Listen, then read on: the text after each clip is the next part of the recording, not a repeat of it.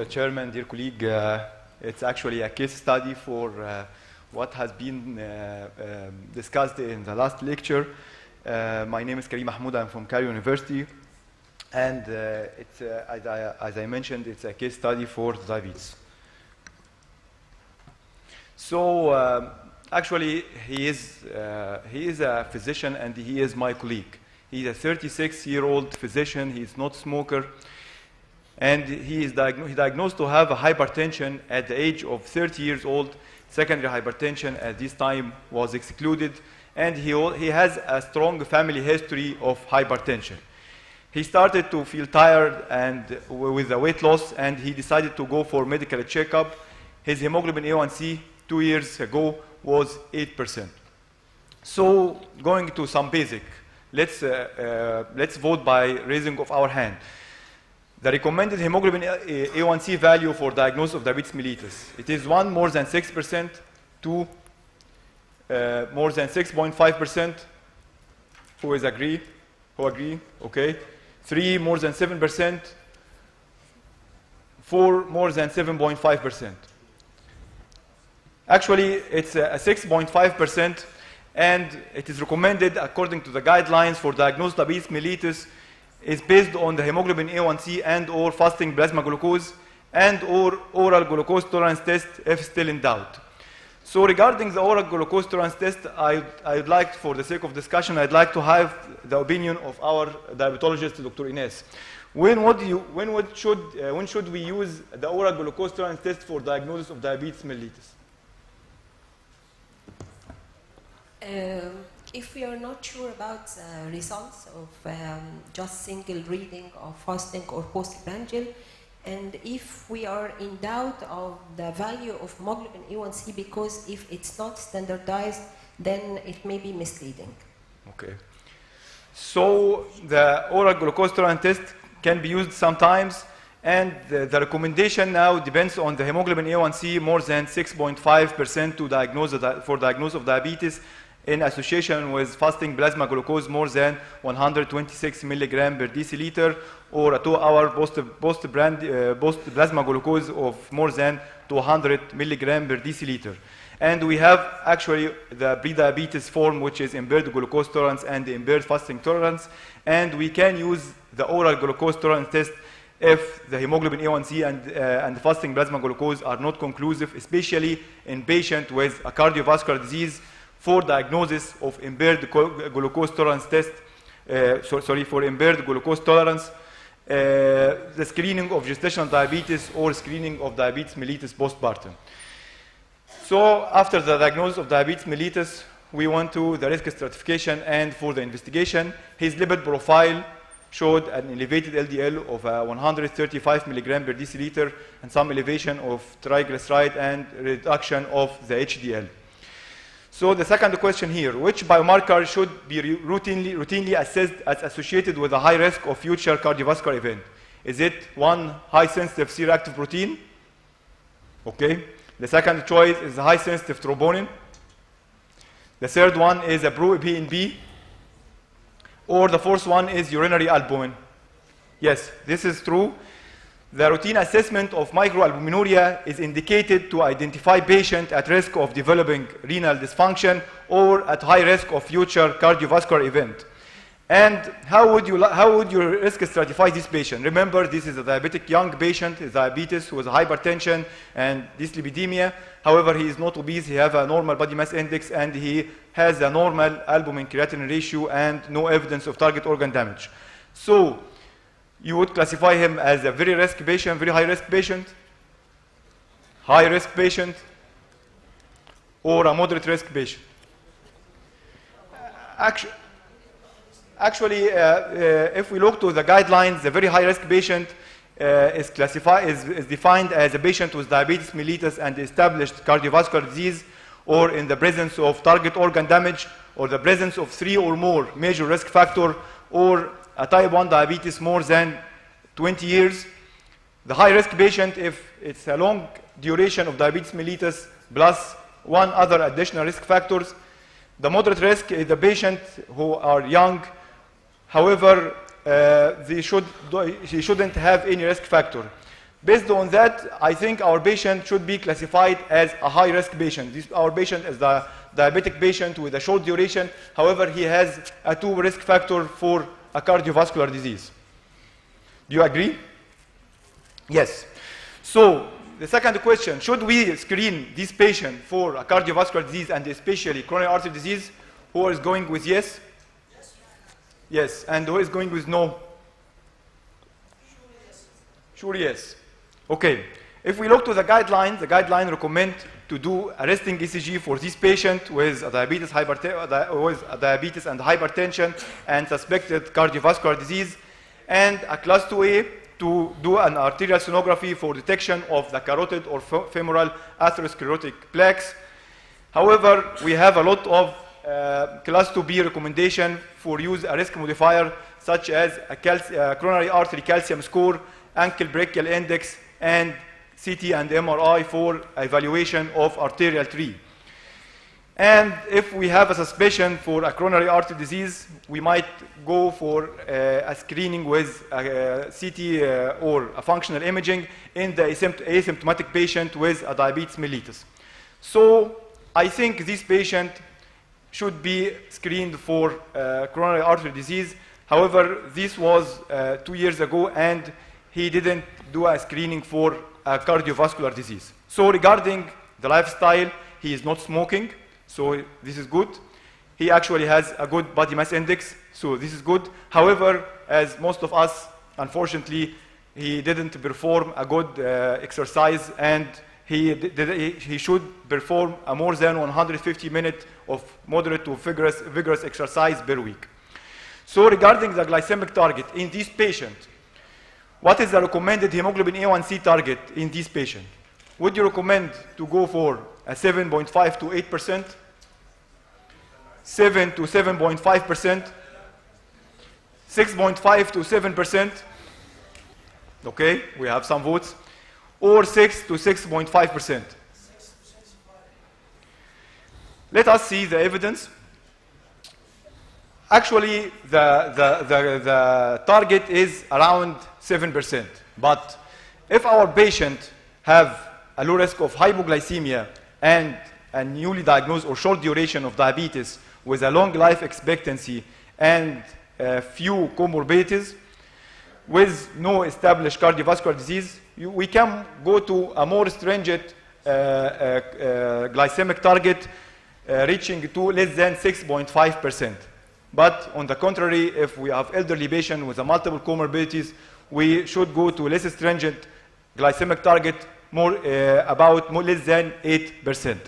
And this actually was also the recommendation of the European guidelines for this young patient with short duration of diabetes mellitus, we should have a target of 6 to 6.5%.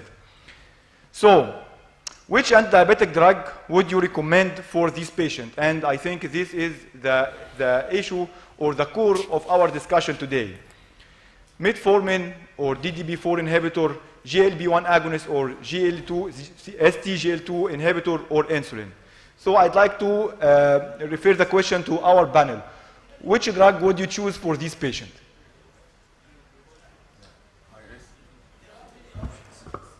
According to the new guidelines, high risk and very high risk cardiovascular disease, we have to go to one of the two groups beneficial for cardiovascular patient, which is here is number 3, GLP-1 agonist or SGLT2 inhibitor. So, any other opinion? I think hemoglobin A1C of 10, you have to start more aggressive.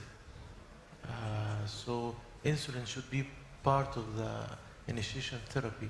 Okay. So I remind you that this patient was treated before the publishing of the guidelines, and actually, according to the guideline now, this high-risk patient, and he should receive GLP-1 agonist or SGLT2 inhibitor. And if we look to the evidence, the patient with a cardiovascular disease or very high risk or high cardiovascular risk, he should receive one of these two drugs, if there is no cardiovascular disease and moderate cardiovascular risk, metformin is recommended. If we have a significant hyperglycemia, as Dr. Hussein mentioned, we may go to insulin, but in the patient with cardiovascular disease, we should be cautious about the TZDs and saxagliptin. So at this time, he was prescribed vidagliptin and metformin, 50 to 1,000 milligram per day, and he achieved a good glycemic control actually of 5.5%. What about the other risk factors? We talk about the hypertension. Which blood pressure target would you recommend for this patient? Systolic blood pressure between 130, 140, and diastolic between 80, 90. Okay, the second choice is 130, 40 for the choice for the systolic blood pressure, diastolic between 70 to 80. The third choice is 120, 130 systolic or diastolic between 80 or 90. It's number 4. Actually, it's number 4, and this is the recommendation of the guidelines to go with a systolic blood pressure less than 130 millimeter mercury, but not less than 120 millimeter mercury, and for diastolic blood pressure less than 80 millimeter mercury, but not less than 70 millimeter mercury. And it is recommended for the treatment of this patient to have a combination of RAS inhibitor, RAS blocker in association with calcium channel antagonist or thiazide-like diuretics, and our patient received an valsartan amlodipine 10 over 160 milligram with a good control of his blood pressure. So what about the LDL target? This patient have an LDL of 130 something. So should we go less than 130 milligram per deciliter? Okay, less than 100 milligram per deciliter. The third one, less than 70 milligram per deciliter. Or number 4, less than 55 milligram per deciliter. 3. Okay. This is a recommendation of the guidelines. If we have a moderate cardiovascular risk, we should have a LDL less than 100. If we have a high cardiac risk, we should have an LDL less than 70 with a 50% reduction of the LDL. If we have a very high risk, we should have LDL, less than 55. This is a mistake, and more than 50% reduction. And if we in the very high and the high cardiovascular risk, we should have a secondary target, which is non-HDL, less than 85 and 100 milligram per deciliter. So the correct answer is in this patient, less than 70 milligram per deciliter. And the next station, should you prescribe aspirin for this patient? Who agree? Who said no? Really, I don't know. What do you think, Dr. Magdi? Primary prevention, aspirin, and the debates and the guidelines concerning the benefit versus the risk. We are talking about young patients. The bleeding risk is very low, but he is considered a high risk. So it's class 2B recommendation to give him an aspirin, maybe? Yes.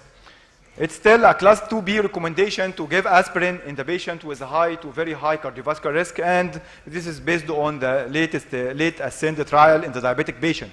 There was actually some benefit with giving of aspirin. However, this benefit was antagonized by increased bleeding risk with the aspirin. And the recommendation, if you give aspirin, you should give a proton pump inhibitor with the aspirin.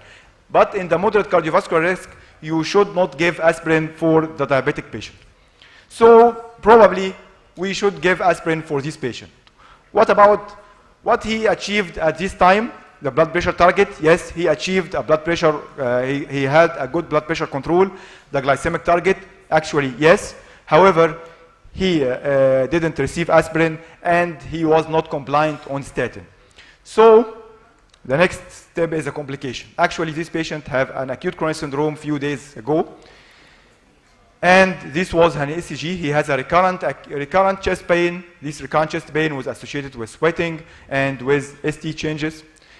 When he presented to the ER, he was off pain and the echo was normal. However, based on the recurrent chest pain and ECG changes, we decided to do a coronary angiography for him. And this was his coronary artery. We have a significant lesion at the middle AD, a significant lesion in the distal LCX, and a subtotal occlusion of the distal right coronary artery.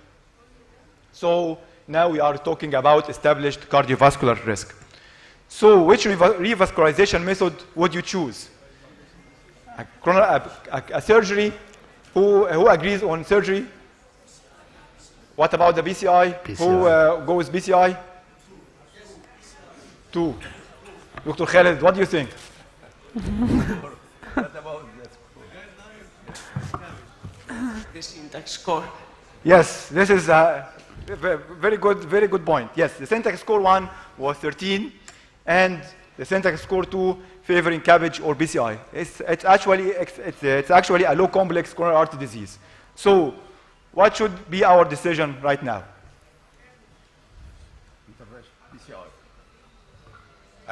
Low syntax score. I think it is accessible lesions, and the BCI is suitable for this patient. Okay, so the guidelines recommend a CABG as a class 1 recommendation for revascularization, even in the patient with a low complex. Remember, our patient is here in the low complex vessel disease.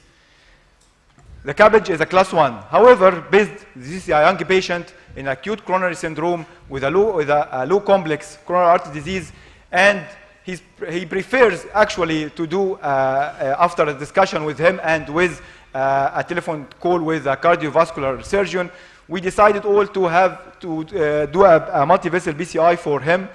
And right coronary was started first, as we think this is a culprit, the culprit artery with a 3.5 stent, both dilated with a 4O balloon, and the LED with a 3O stent, both with a bot with a 3.5 balloon, and the LCX with a 3.5 stent, both dilated with 4O balloon.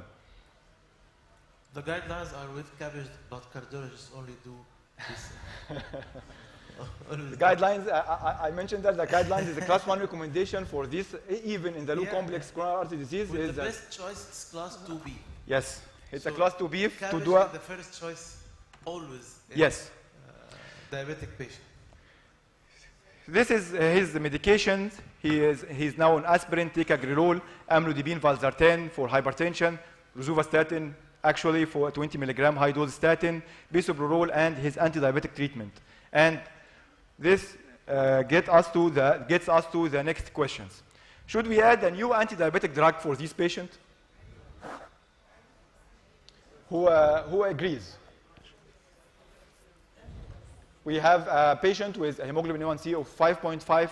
However, he has an established cardiovascular disease. And I think we can hear from Dr. Victoria now. What do you think, Dr. Victoria? I think at this point to include a new drug, and my choice will be the GLP-1 agonist. But one question, you had treatment with amlodipine and valsartan. Didn't the patient have edema in the legs? Because that's the most frequent side effect that I always get from my patients. And for that, I use the SGLT2 inhibitor. Works very well. Yeah. No, he doesn't have any pedal edema. So I think according to the evidence, we should prescribe to him a new anti-diabetic drug. Should we reduce the diabetes treatment and add another one, or we should add, remember that hemoglobin A1C is 5.5. So what should we do? We will replace, not to add. To replace? To replace the DPP-4 inhibitor to the GLP-1 inhibitor. Okay. Excuse me? SGLT2. Okay. The second question, for how long should we extend the dual antiplatelet in these young patients? Dr. Magdi, what do you think? You have to calculate DAPT score to see after 1 year of DAPT the risk, and according to the score you may extend the DAPT therapy as long as the patient, the bleeding risk is low. And according to Pegasus trial, you can use 60 milligram twice for a longer duration, after 1 especially year. In these patients, yes. for 24 months. Okay, so we have a patient with a low bleeding risk, and he is dual antiplatelet, and he has established a cardiovascular disease in the young age. So I think we should prolong the dual antiplatelet in these patients beyond 1 year, up, I think according to the guidelines, up to 30 months. The second question, The third question, sorry. Should we consider adding antithrombotic drug on the long-term follow-up after we stop the dual antiplatelet? There is trials on the NOACs now on the use of antithrombotic in the patient with a coronary artery disease. Compass treatment, yes, Compass the study, Compass trial, yes, 2.5 milligram rivaroxaban. Yeah. So, Dr. Victoria, what do you think about the adding antithrombotic drug on the top of aspirin for the patient with established cardiovascular disease? This patient came only with an acute coronary syndrome, right? Yes, now. yes, so but later on, later on for the long term, after 1 year or after 2 years, should we add antithrombotic drug for him? I will not do it. Okay. But it depends. If the patient has a disease in other vascular beds, then you can consider that. Okay. But it also is considered in the guidelines for the patient with a chronic coronary syndrome to add antithrombotic on the top of aspirin for the prevention of for a long-term prevention. For patients at high thrombotic risk. High thrombotic risk. Okay. Yeah. So this comes to my conclusion. Diabetes mellitus is an aggressive disease. We need to do a good lifestyle modification. Glycemic target control is important, but the new anti-diabetic drugs are very important. The risk factor modification, you should not leave any risk factor without a modification, especially this patient didn't have a good control of his dyslipidemia, and it might be the cause of established cardiovascular disease, and whatever the cardiovascular risk in diabetes mellitus, if not treated, it's actually a very high cardiovascular risk. Thank you so much.